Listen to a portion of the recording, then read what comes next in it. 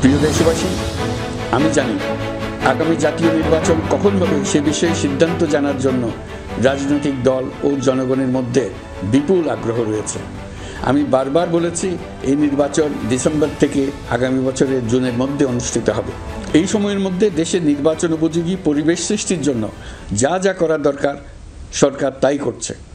এখানে মনে রাখা জরুরি, বাংলাদেশ স্বাধীনতার পর থেকে যতবার গভীর সংকটে নিমজ্জিত হয়েছে তার সবগুলোরই প্রধান কারণ ছিল ত্রুটিপূর্ণ নির্বাচন। ত্রুটিপূর্ণ নির্বাচন প্রক্রিয়ায় বারবার ক্ষমতা কক্ষিগত করার মধ্য দিয়ে একটি রাজনৈতিক দল বর্বর ফ্যাসিস্টে পরিণত হয়েছিল। এই ধরনের নির্বাচন যারা আয়োজন করে তারা জাতির কাছে অপরাধী হিসেবে চিহ্নিত হয়ে যায়। এমন নির্বাচনের মধ্য দিয়ে যে দল ক্ষমতায় আসে তারাও জনগণের কাছে ঘৃণিত হয়ে থাকে। এই সরকারের একটি বড় দায়িত্ব হলো একটি পরিচ্ছন্ন, উৎসবমুখর, শান্তিপূর্ণ, বিপুলভাবে অংশগ্রহণের পরিবেশে একটি নির্বাচন অনুষ্ঠান করা, এমন একটি নির্বাচন আয়োজন করা যাতে করে দেশ ভবিষ্যতে নতুন সংকটে না পড়ে। এই জন্য সবচেয়ে বেশি গুরুত্বপূর্ণ হলো প্রাতিষ্ঠানিক সংস্কার। যেই প্রতিষ্ঠানগুলো নির্বাচনের সঙ্গে সরাসরি জড়িত সেগুলোতে যদি সুশাসন নিশ্চিত করা না যায় তাহলে ছাত্র জনতার সকল আত্মত্যাগ বিফলে যাবে। সংস্কার, বিচার, নির্বাচন এই তিনটি ম্যান্ডেটের ভিত্তিতে আমরা দায়িত্ব গ্রহণ করেছিলাম। সেই বিবেচনায় আগামী রোজার ঈদের মধ্যে সংস্কার ও বিচারের বিষয়ে আমরা একটি গ্রহণযোগ্য জায়গায় পৌঁছতে পারব বলে বিশ্বাস করি।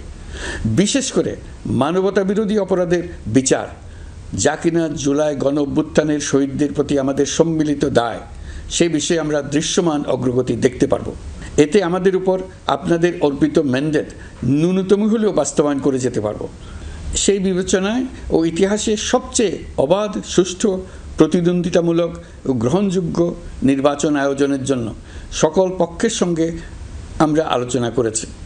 পাশাপাশি বিচার, সংস্কার ও নির্বাচন সংক্রান্ত চলমান সংস্কার কার্যক্রম পর্যালোচনা করে আমি আজ দেশবাসীর কাছে ঘোষণা করছি যে আগামী জাতীয় নির্বাচন 2026 সালের এপ্রিলের প্রথমার্ধের যে কোনো একটি দিনে অনুষ্ঠিত হবে।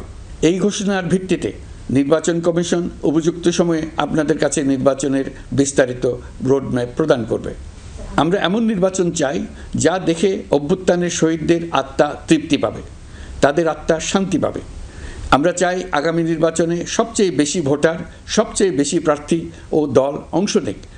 এটা সবচেয়ে অবাধ, সুষ্ঠু ও নিরপেক্ষ নির্বাচন হিসেবে জাতির কাছে স্মরণীয় হয়ে থাকুক। 1.5 যুগ পরে দেশে সত্যিকারের একটি জনপ্রতিনিধিত্বশীল সংসদ গঠিত হবে। বিপুল তরুণ গোষ্ঠী এবার জীবনে প্রথম ভোট দেওয়ার সুযোগ পাবে।